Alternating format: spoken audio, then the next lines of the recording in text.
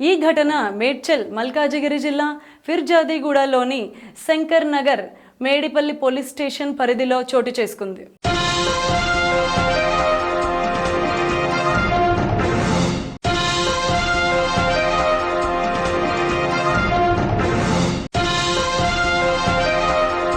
పోలీసుల వివరాల ప్రకారం మృతి చెందిన యువతి విజయనగరం జిల్లాకు చెందింది. అర్ధరాత్రి సమయంలో ఆమె ఇంటి నుంచి నగ్నంగా బయటకు వచ్చి వీధిలో పరుగులు తీసింది. అనంతరం సమీపంలోని ఆలయంలోకి చేరుకొని అక్కడ ఉన్న విగ్రహాన్ని చేతిలోకి తీసుకున్నట్లు సమాచారం.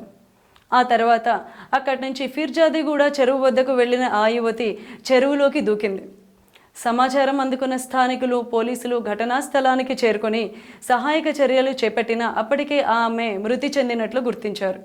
ఆ ఘటనకు సంబంధించిన వీడియోలు సోషల్ మీడియాలో వైరల్గా మారుతున్నాయి. కేసు నమోదు చేసిన మేడిపల్లి పోలీసులు యువతి ఆత్మహత్యకు దారితీసిన పరిస్థితులపై అన్ని కోణాల్లోనూ దర్యాప్తును కొనసాగిస్తున్నారు.